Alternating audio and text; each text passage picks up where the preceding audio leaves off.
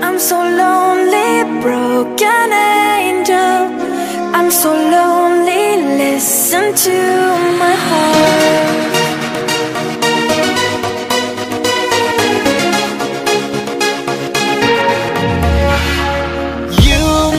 You are the one. I miss you so much now that you're gone. Don't be afraid, I'll be by your side, leading the way. I'm so lonely, broken angel. I'm so lonely, listen to my heart. One and only broken angel, come and save me before I fall apart. I wish that I could touch you again, feeling your love.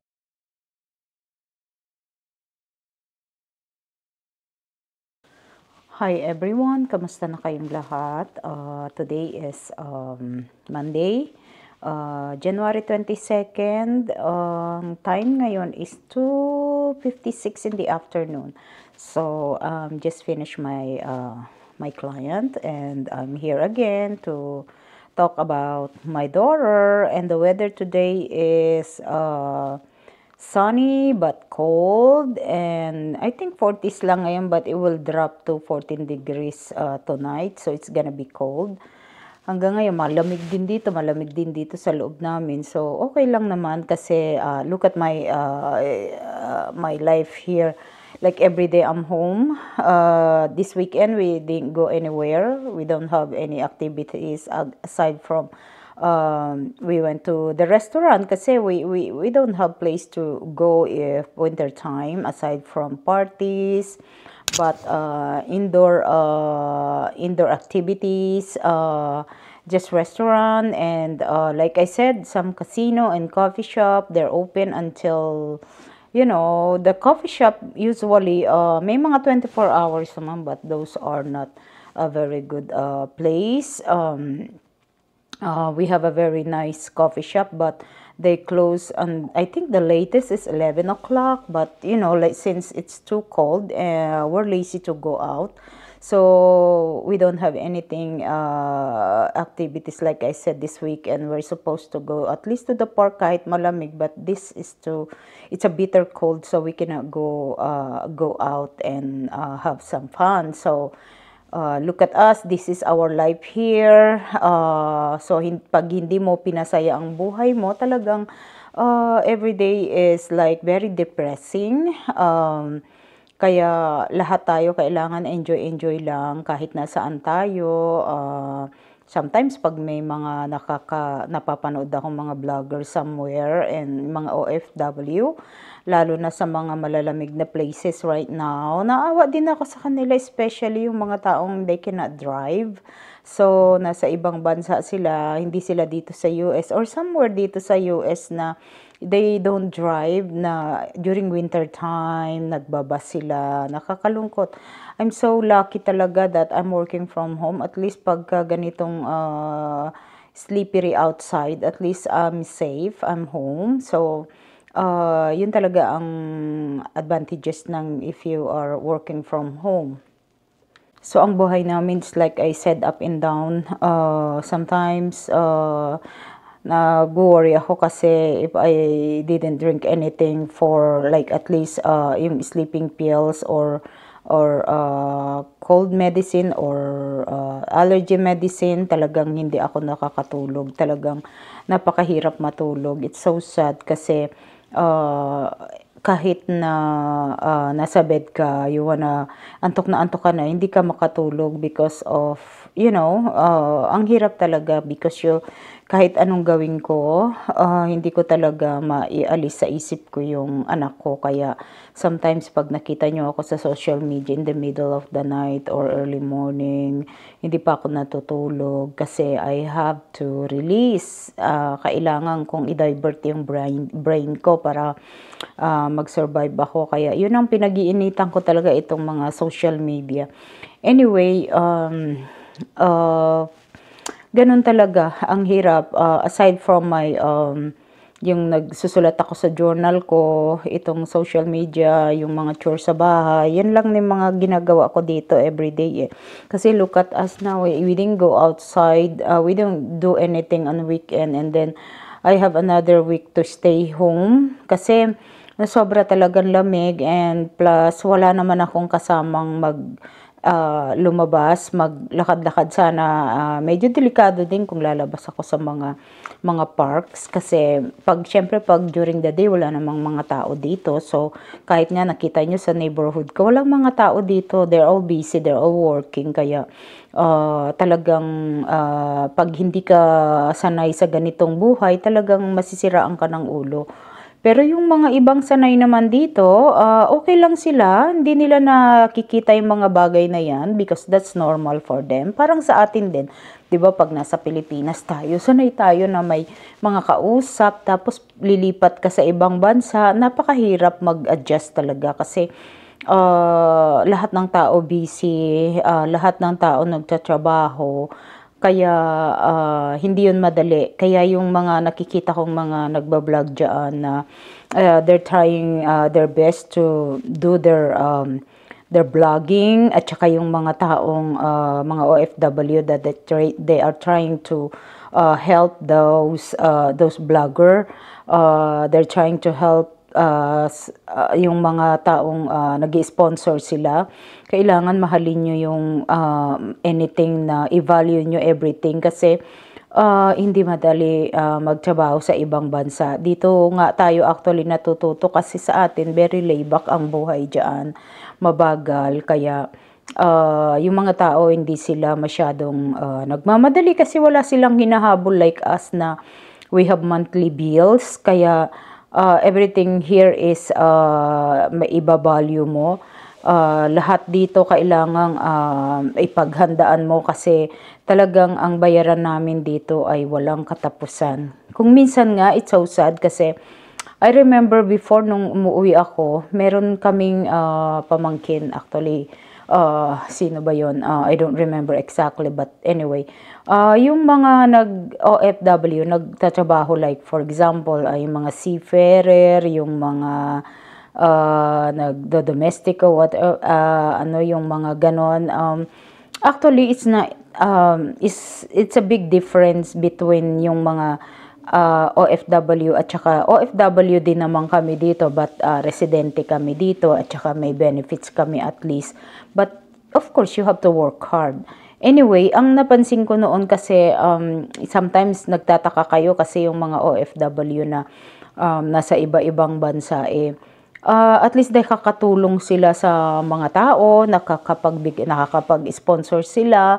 Pero kami, napakahirap namin maggawa ng mga kawang gawa na ganyan sa mga tao dyan kasi we have bills to pay. Kaya yun ang difference. Yung iba, like for example, yung mga seafarer, buo yung sweldo nila. Wala silang binabayarang mortgage.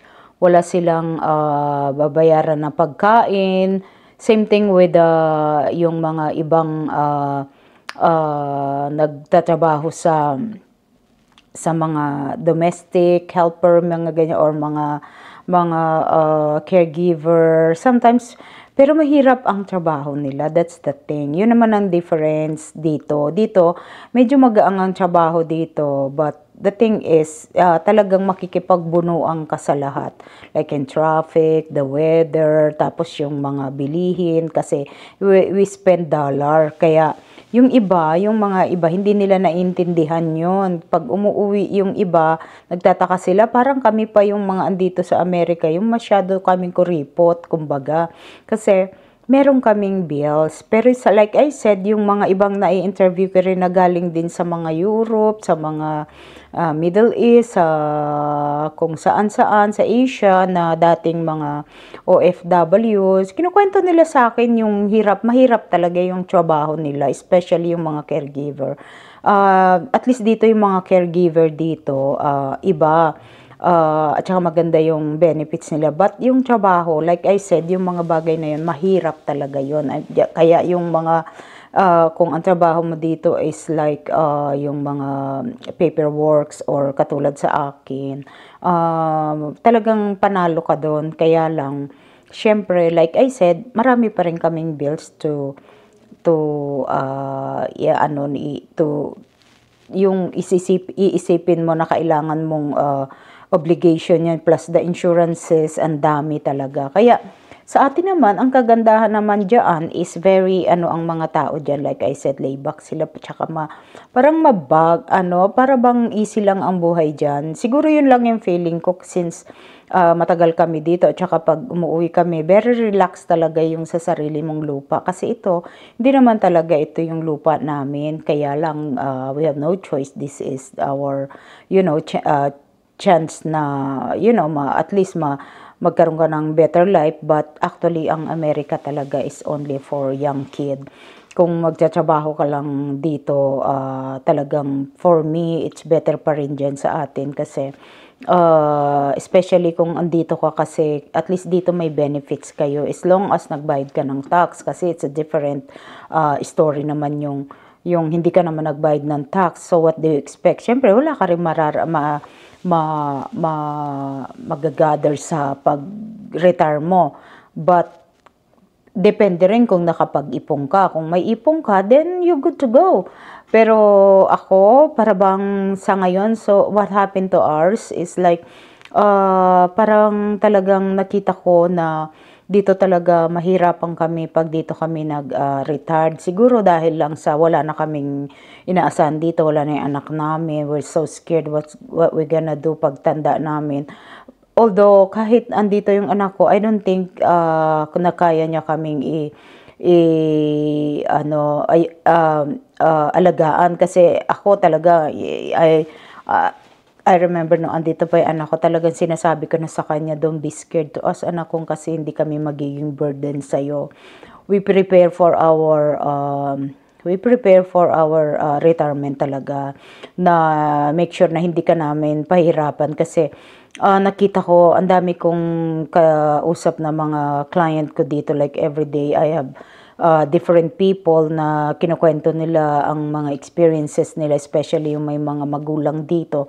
Talaga na-stuck sila, talagang hindi yun madali, especially pag talagang full assistance na ang magulang nila, talagang wala silang choice but to bring them to the place na para sa kanila. At usually ang mga Pilipino kasi, ang mahirap kasi sa Pilipino, hindi natin ugali yung dadalhin natin sila sa mga home kasi feeling nila tinapon mo sila. Pero ngayon sa bagong generation ngayon, wala silang choice kasi it is what it is. Talagang pag hindi ka na maka-function, talagang dadalhin ka nila sa place na para sa'yo, para may mag-alaga sa inyo. Kasi kung wala rin lamang mag-aalaga, kawawa din yung matatanda dito. Kaya yun ang mga differences ng buhay ng dito at saka dyan at somewhere sa ibang lugar. Kaya ang dami mong i-consider. But I remember talaga my daughter before. She already gave me an idea before pa. Sabi niya sa akin, I remember when she told me sabi niya, Mom, if you're planning to retire, go to the place that you can enjoy your life. You can relax and comfortable. Sabi ko, saan kaya yung place na yun? Dito, paano ka magiging comfortable kung you have bills to pay until you die? Sabi ko, ganun sa isip ko. Ngayon, but anyway, sabi niya naman sa akin, Mom, if you wanna go back to Philippines for retirement, go ahead, sabi niya. Don't worry about me because I can visit you anytime there, sabi niya ganun. Kasi ako naman, I'm still wanna visit Philippines kasi nga, close siya sa mga cousin niya doon. Lahat ng cousin niya kahit malalayo, yun naman ang nakakatuwa sa bata na yun. Kahit malayo, may communication siya sa kanilang lahat at saka parang lumalaki sila, para siyang nabubuhay na katabi lang sila. Talagang she communicate with everyone and she gather everyone para maging close sila, magkaroon sila ng communication kahit na malalayo sila. Kaya yun naman ang nakakatuwa doon. Kaya ang mga pinsan niya sa Pilipinas, kahit na 4 times lang naman siya nakauwi ng Pilipinas, but para bang doon din siya lumaki kasi ano sila eh, nakikipag-communicate sila at saka natutuwa sila dahil yun nga may anak ko, introduce ko sa kanya yung ano natin, yung kultura natin. Although syempre nahirapan din ng anak ko kasi hindi naman yun yung kultura niya, but she able to understand na yun ang Pilipinas way. Kaya kahit papano, kaya lang minsan syempre pag yung mga sinasaway ko, minsan sasabihin niya, Mom, that's Philippines, this is America. Ganun siya eh. Minsan ano niya siguro kasi parang sa kanila kasi too much yung sa atin. Pero hindi lang nila naintindihan that we are a concerned parent lang na we're trying to teach our daughter, our kids in a better na ugali.